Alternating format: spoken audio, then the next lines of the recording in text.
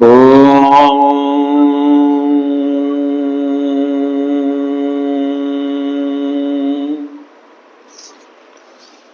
सभी शिव भक्तों का इस प्रोग्राम में स्वागत है।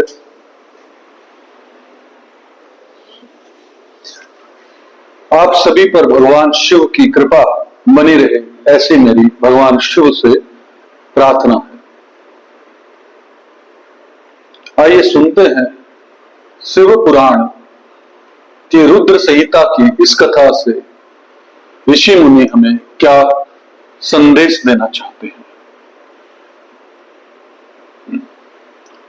हिमवान का भगवान शिव के पास लगन पत्रिका भेजना, विवाह के लिए आवश्यक सामान जुटाना, मंगलाचार का आरंभ करना, उनका निमंत्रण पाकर पार्वती और पर्वतों और नदियों का दिव्य रूप में आना, पुरी की सजावट तथा विश्वकर्मा द्वारा दिव्य मंडप एवं देवताओं के निवास के लिए दिव्य लोकों का निर्माण करना।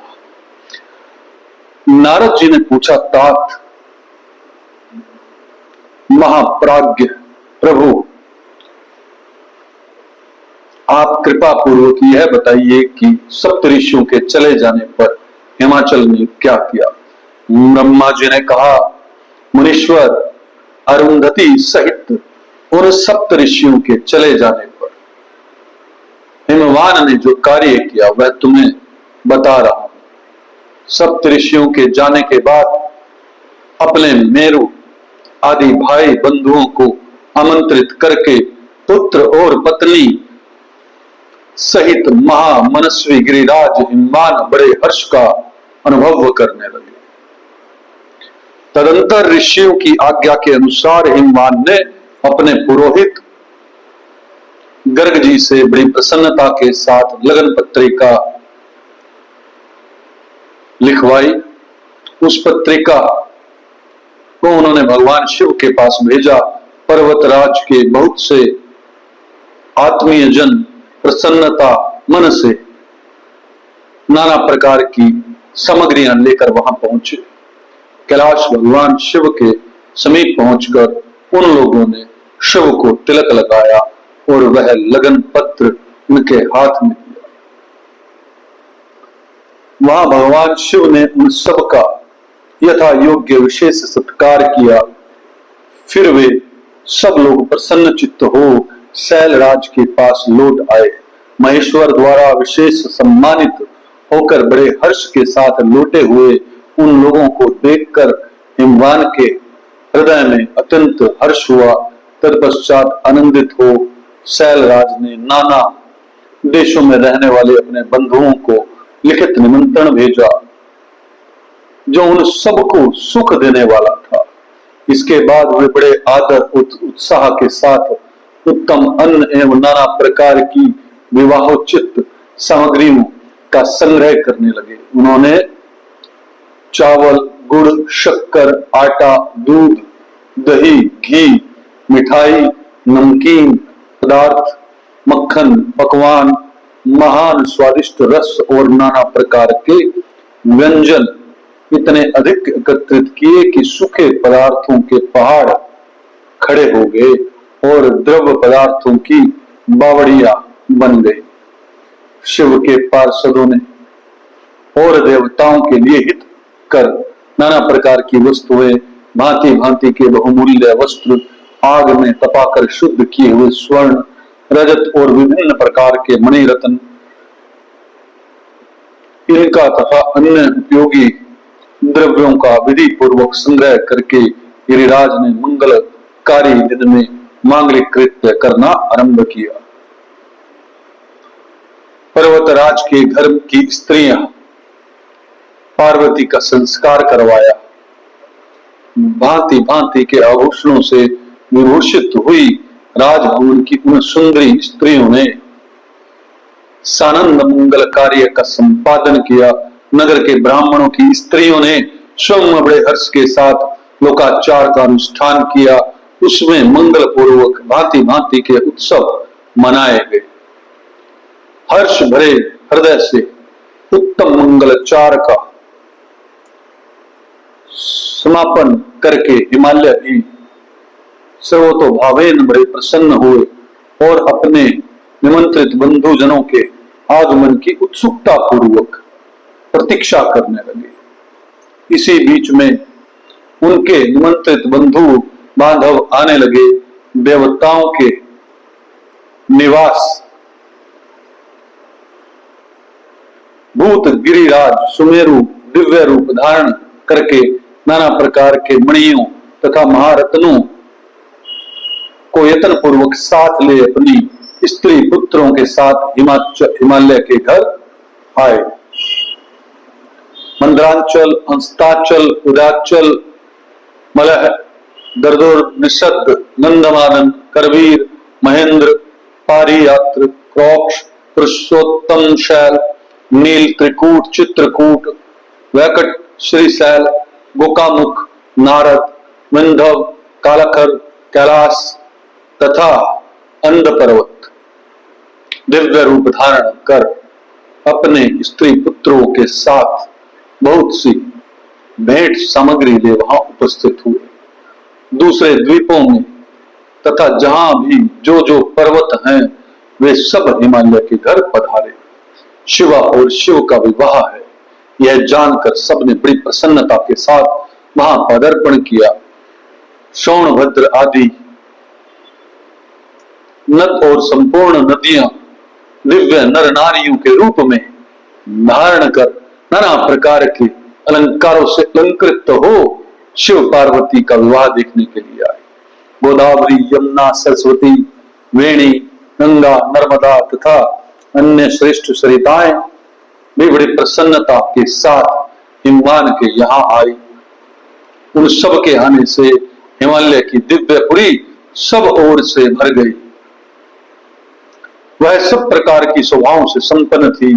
वहां बड़े बड़े उत्सव हो रहे थे। ध्वज पताकाएं फहरा रही थी। वंदन वानरों से उसकी अधिक शोभा होती थी। चारों ओर चंदोवे तने गेने से वहां सूर्य का दर्शन नहीं होता था। भांति भांति की नीली, पीली आदि प्रभा उस पुरी की शोभा बढ़ाती थी। हिमालय ने भी बड़ी प्रसन्नता के साथ अपने यहाँ पधारे हुए सभी स्त्री पुरुषों का यथा योग्य आदर सत्कार किया और सबको अलग अलग सुंदर स्थानों में ठहराया। अनेक उपयुक्त सामग्री देकर सबको पूर्ण संतुष्ट किया। मुनि श्रेष्ठ तदंतर शैलराज हिमवान ने प्रसन्न हो महान उत्सव से परिपूर्ण अपने नगर को विचित्र रीति से सजाना आरंभ किया। सड़कों को झाड़ बोआकर उन पर छिड़काव कराया। उन्हें बहुमूल्य साधनों से सुशोभित एवं शोभित किया। प्रत्येक घर के दरवाजे पर केले आदि मांगलिक वृक्ष लगवाए और उनके मांगलिक द्रव्यों से संयुक्त किया। आंगन को केले के खंभों से सजाया। रेशम की डोरों से आम के पल्लव बांधकर वंदनवारे बनवाई और उन्हें उन खंभों के चारों ओर लगवा दिया। मालती के फूलों की मालाएं उस आंगन के सब ओर लटका दी गई। सुंदर तोड़ना से वह आंगन का भाग अत्यंत प्रकाशमान जान पड़ता था। चारों दिशाओं में मंगल सूचक शुभ द्रव्य रखे गए जो उस प्रांगण की शोभा बढ़ा रहे थे। इसी प्रकार अत्यंत प्रसन्नता से भरे हुए गिरिराज हिमवान ने महान प्रभावशाली गर्ग मुनि को आगे करके अपनी पुत्री के लिए प्रस्तुत करने योग्य सारा उत्तम मंगल कार्य संपन्न किया। उन्होंने विश्वकर्मा को बुलाकर आदर पूर्वक एक मंडप बनवाया जिसका विस्तार बहुत अधिक था। वेदी आदि के कारण वह मंडप बहुत मनोहर जान पड़ता था। देवऋषि वह मंडप कई योजन विस्तृत था। अनेक शुभ लक्षणों से युक्त तथा नाना प्रकार के आश्चर्य से परिपूर्ण था। वहां स्थावर और जंगम सभी वस्तुएं कृत्रिम बनी थी, परंतु असली वस्तुओं के समान प्रतीत होती थी। उनसे उस मंडप की मनोहरता बढ़ गई थी। वहां सब और ऐसी अद्भुत वस्तुएं थी जो उस मंडप का सर्वस्व जान पड़ती थी। नाना प्रकार की निराली वस्तुओं का चमत्कार वहां छा रहा था। वहां की स्थावर वस्तुओं से, जंगम और जंगमम वस्तुओं से स्थावर पराजित हो रहे थे, अर्थात वे एक दूसरे से बढ़कर शोभाशाली और चमत्कार पूर्ण दिखाई देते थे। उस मंडप की स्थल भूमि जल से पराजित हो रही थी, अर्थात चतुर से चतुर मनुष्य भी यह नहीं जान पाते थे कि इसमें कहाँ जल है और कहाँ स्थल है। कहीं कृत्रिम सिंह बने थे और कहीं सारसों की पंक्तियां थी, कहीं बनावटी मोर थे जो अपनी सुंदरता से मन को मोह लेते थे, और कहीं कृत्रिम स्त्रियां थी जो पुरुषों के साथ नृत्य करती हुई देखी जाती थी। वे कृत्रिम होने पर भी सब लोगों की ओर देखती और उनके मन को मोह में डाल देती थी। उस विधि से मनोहर द्वार पाल बने थे जो स्थावर होने पर भी जंगमों के समान जान पड़ते थे। वे अपने हाथों से धनुष उठाकर उन्हें खींचते देखे जाते थे। सर पर कृत्रिम महालक्ष्मी खड़ी थी। श्री जिनकी रचना अद्भुत थी, वह स्वस्थ शुभ लक्षणों से संयुक्त दिखाई देती थी। उन्हें देखकर ऐसा जान पड़ता था मानो क्षीर सागर से साक्षात लक्ष्मी ही आ गई। उस मंडप पे स्थान स्थान पर सजे सजाए कृत्रिम हाथी खड़े किए गए थे जो असली हाथियों के समान ही प्रतीत होते थे। घुड़सवारों सहित घोड़े, हाथी सवारों सहित हाथी मनाए गए थे। जहां तहां रथियों सहित रथ बने थे जो कृत्रिम अश्वों से ही खींचे जाते थे। उन्हें देखकर लोगों को बड़ा आश्चर्य होता था। इनके सिवा दूसरे दूसरे कृत्रिम वाहन भी वहां खड़े थे। पैदल सिपाहियों की कृत्रिम सेना भी वहां मौजूद थी।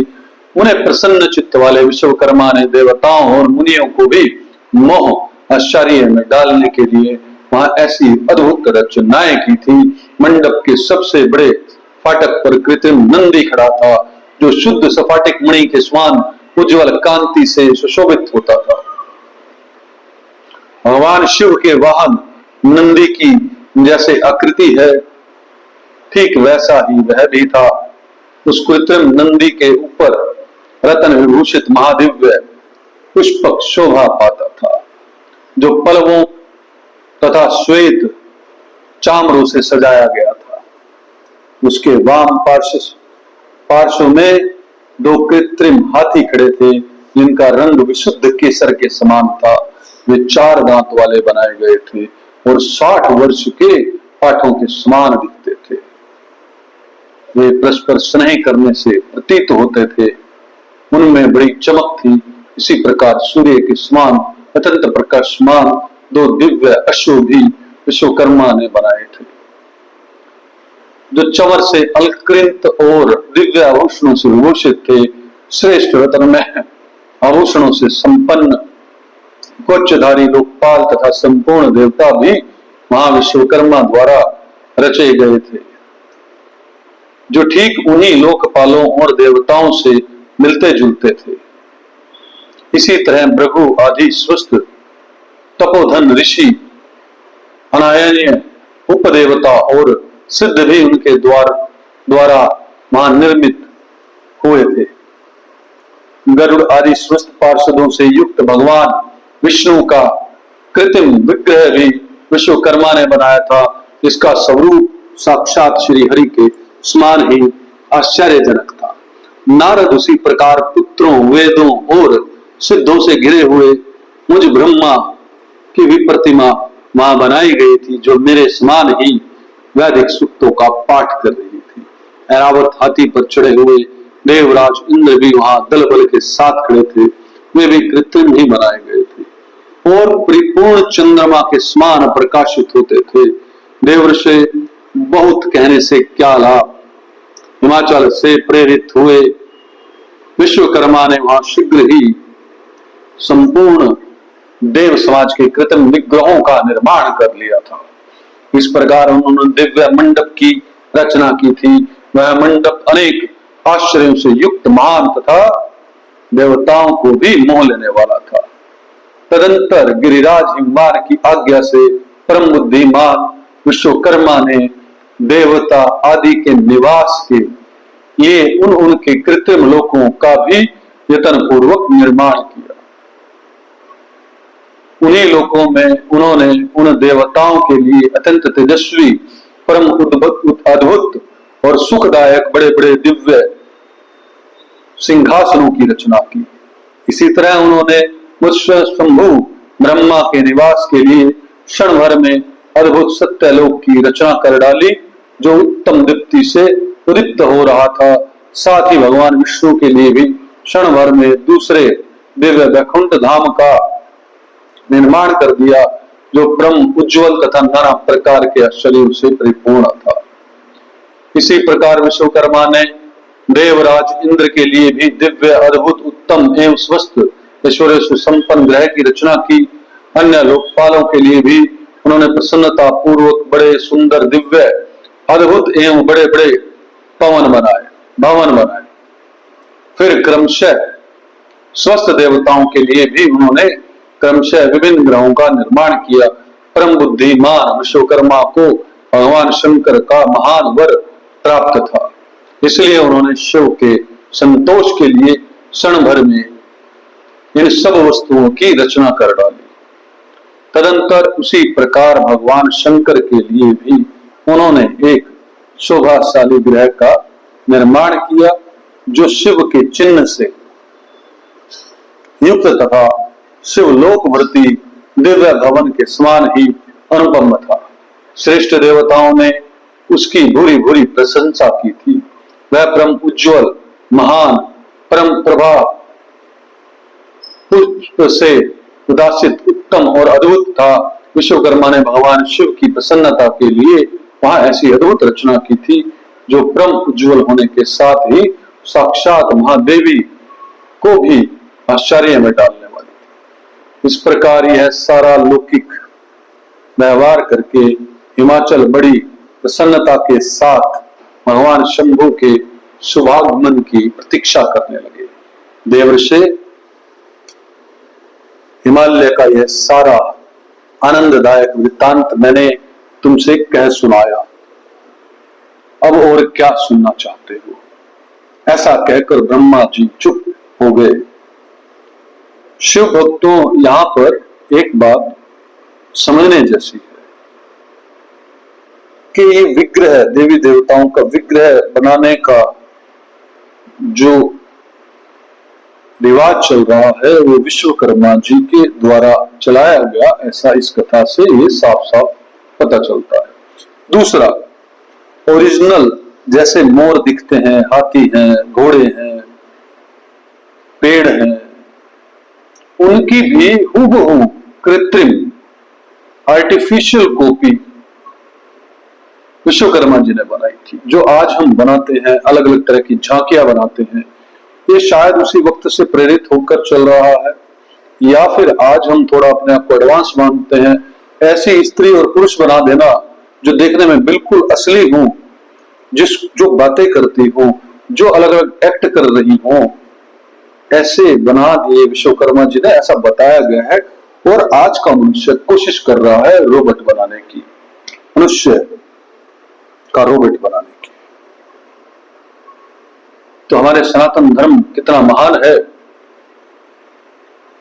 इस कथा से हमें सीखने को मिलता है। और दूसरा, कितनी अद्भुत तैयारियां, कैसे अपने भ्राताओं को, बंधुओं को, पुत्रों को निमंत्रण भेजा जा रहा है, कितने प्रेम पूर्वक उनको बुलाया जा रहा है, उनके ठहरने की कितनी उत्तम व्यवस्था की जाती है, इस कथा से पता लगता है।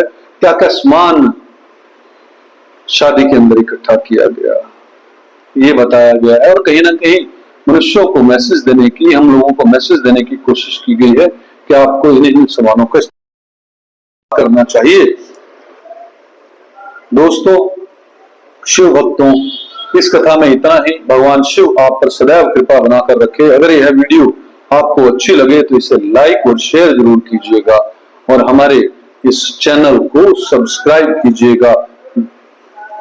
ओम तत्सत, ओम तत्सत, ओम तत्सत।